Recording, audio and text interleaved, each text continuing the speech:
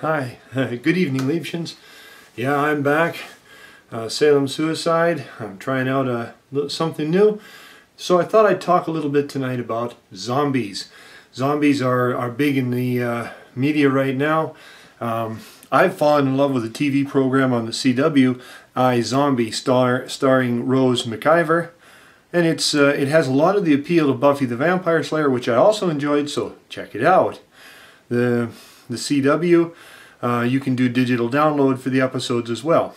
In any event, I'm here to talk about the zombie in pop culture and how where the zombie myth comes from and this sort of thing. The first English language usage of the word zombie was in Seabrook's The Magic Island, which was published in the 1800s. And it was about the practices of voodooism on the Caribbean island of Haiti. And Haiti is where the word and the concept and the idea of the zombie comes from. Nowhere else in the world. Zombies exist nowhere else in the world except in Haitian mythology, okay? Where it's spelled zombie without the E on the end, just Z-O-M-B-I, okay?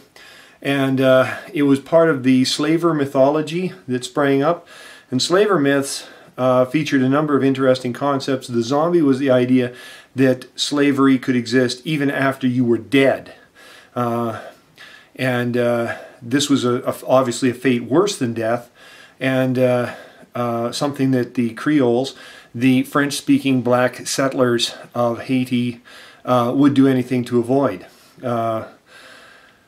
In Haitian mythology, which is syncretic with Central West African Shango and Santiera and Obia, things like that, and Roman Catholicism, the form of Christianity most widespread throughout the world. The idea was the soul had four parts, and the two that left the body upon corporeal death were the petit bon ange and the gros bon ange, the little great angel and the big great angel. If an evil magical practitioner, an evil sorcerer called a bokor, B-O-K-R-O-R, could capture the petit bon ange in a magical jar called a canary, as it left the body upon death. And a few days after physical death, as I recall, then the bokor had power over the deceased and could raise the body as a zombie, an undying worker. Okay, the zombie could be brought to awareness of its past life by tasting salt or meeting someone from its past life. So usually zombies were taken far away from the fields they knew and fed, if at all, a very bland diet. The modern concept of the zombie owes almost everything to George A. Romero's seminal horror film Night of the Living Dead. He created the modern concept of the zombie. Okay, the Haitian zombie was investigated a little more thoroughly, and the medical underpinnings, the biomedical underpinnings of the zombie myth were explored by Wade Davis, primarily in his book The Serpent and the Rainbow, in which the bokor was actually something more akin to a stage magician, and he could redirect the attention of the grieving family and create a zombie by administering a tetrodotoxin derived from the pufferfish. And this induced a kind of paralysis virtually indistinguishable from corporeal death.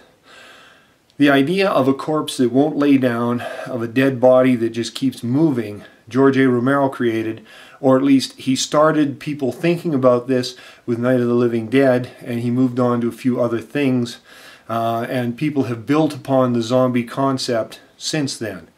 Properly, a zombie is a dead body that just won't stop moving around, and in that regard it owes a lot to the old concepts, Eastern European concepts of vampires, which were dead bodies that kept on moving around.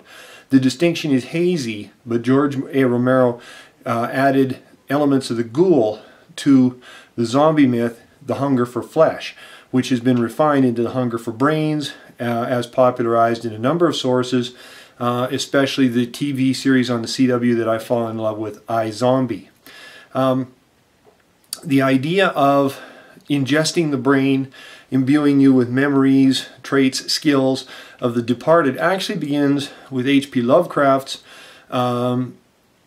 fictional ghouls, which were not undead creatures but were mutant humans that ate corpses and absorbed traits from the people that they eat, primarily from eating the brain. Okay, the consumption of cerebral matter and the preservation of skills and memories from the departed is not part of the zombie mythology per se.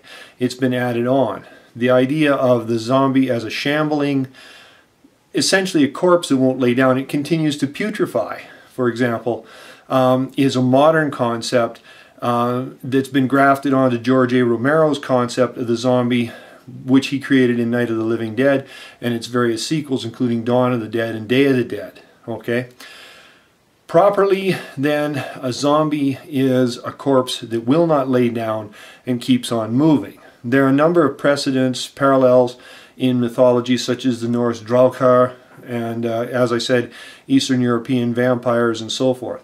And when you think about it, the zombie is actually an interesting concept. They have none of the limits that a living person has, and how can you kill that which is already dead?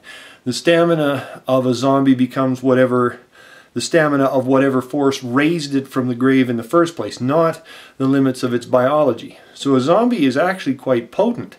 And zombie stories, zombie mythology, always feature hordes of zombies, hundreds of them.